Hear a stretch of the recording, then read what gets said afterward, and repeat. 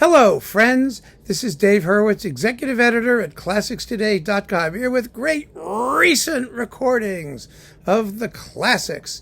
And today we're talking about Shostakovich's Piano Trio No. 2. Now, I have always believed, frankly, that the Piano Trio No. 2 is the perfect work for beginners who may be a little shy of chamber music because of its snooty reputation, and also because it's small forces and they may think it's boring, or this is the piece to turn on newbies, not the Beethoven quartets or Brahms's something or the Germanic stuff. Not at all.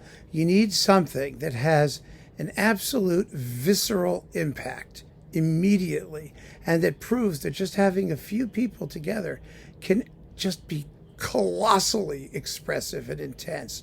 And if any piece of music does it, this one does. It's really extraordinary. How does it do it? Well, it begins with an incredibly sad, lonely, frail, but beautifully haunting tune.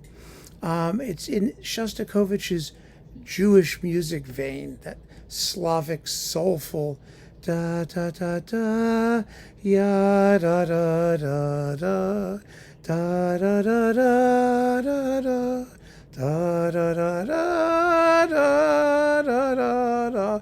It unfolds as a slow fugue with one instrument coming in after the other. And of course, the fascinating thing about it is that the initial statement is by the cello in harmonics. High pitch. You'd never know it's a cello. You don't even know what instrument it is. It's an amazing work.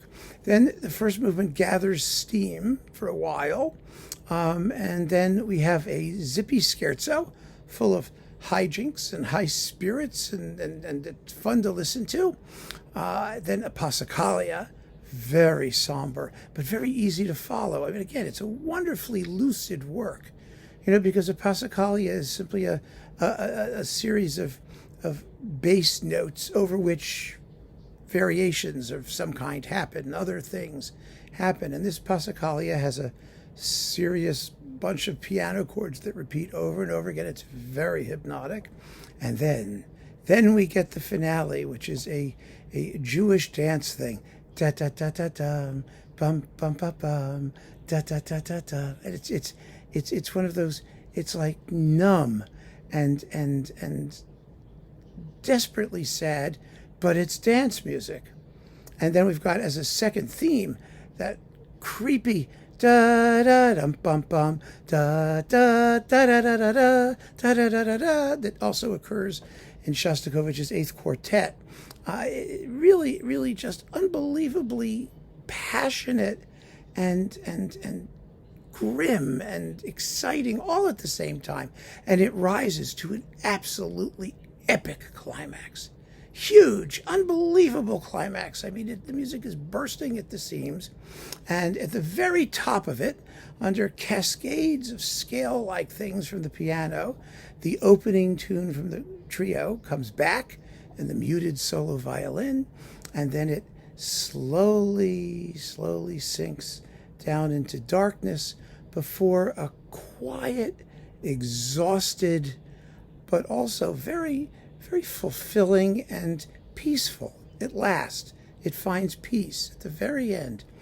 It's an amazing journey, and one that I think anybody who is, hesitant to dip their toe into chamber music would be really happy to take. That's my feeling about it. So, what do we want? We want a great recording since the year 2000. Here it is, Trio Wanderer on Harmonia Mundi. Now, this was actually recorded in 2004. This was the original release right there, this black thing, right there. It only sat in the catalog for a few years before they re-released it in their mid-price gold series, whence I believe it's still available, at least I hope. You can download it if you want it some other way. This is a wonderful album, actually, because not only do you get a slamming performance of the second trio, one that is extraordinarily emotionally gripping, but not over the top. You can make the music sound just sort of maudlin and tacky if you bang on it too hard. And they managed to create the intensity that comes through group coordination, through balance, and I mean, God knows they're as intense as anybody at the top, but they don't lose their beauty of tone either, which I just think is important. And you get Shostakovich's early first trio, which is a single movement, perfectly fine work that's, in his less alluring earlier style, but it's fun to listen to. And you get Copland's trio Vitebsk, which is really quite a remarkable work. It's actually marked study on a Jewish theme.